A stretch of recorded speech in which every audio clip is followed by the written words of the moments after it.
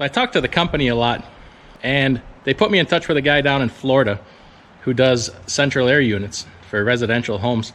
And he says, I've been putting this Cool-Ox product a couple ounces at a time in the system, in the refrigerant of these central air units, and I'm getting pretty doggone good results with the efficiencies, and it's bringing the temps down 10 to 20 degrees lower than I would typically see with just the refrigerant alone.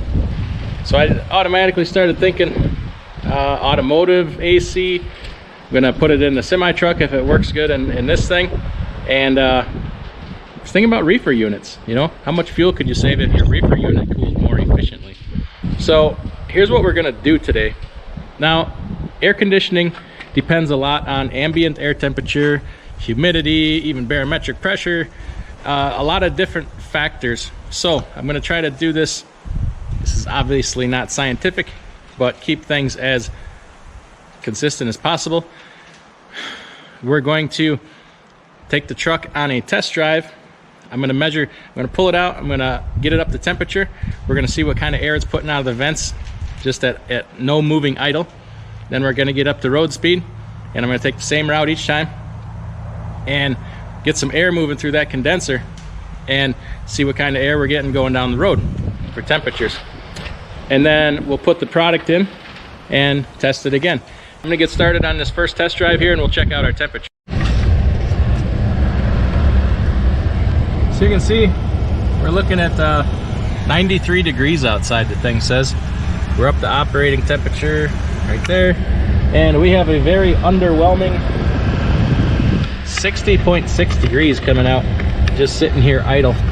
And I can verify that with my infrared here, depending where I point it. It comes in within a couple degrees. So let's get going down the road and see how we come out. In about 46.4, 46.4 to about 47. We're bouncing around. So I'm kind of disappointed in that. I'd like to see it a little colder than that, but it's actually very hot out today and quite humid, so I guess that's not so bad considering the outside conditions. Let's turn around and head her home and get that additive in here and see what we come up with. All right, I've put the product in the AC system. You can see now we're at 96 degrees outside air temperature, warming up pretty quick, and you can see we have not yet left the driveway. We are pushing 54 degree air through the vents. That's about 6 degrees colder than we were before. You know, it's warmed up outside a little bit. Let's take off here, get her up to speed, and see what she comes down to.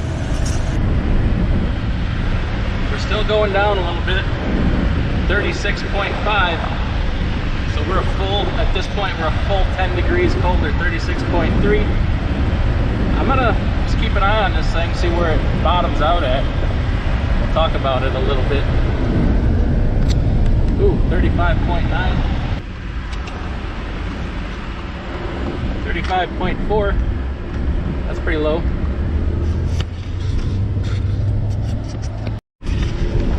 Look at that, 34.7.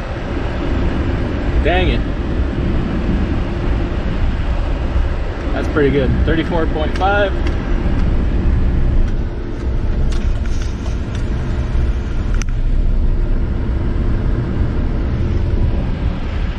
34.3. Dang, that's cold. 34.1, 33.8, 33.9. We broke.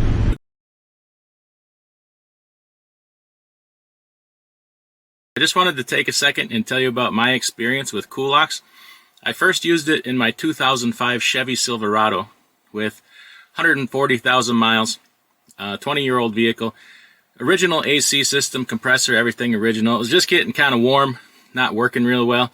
So I took and put the Cool-Ox product in it, and I tested it, the temperature before and after.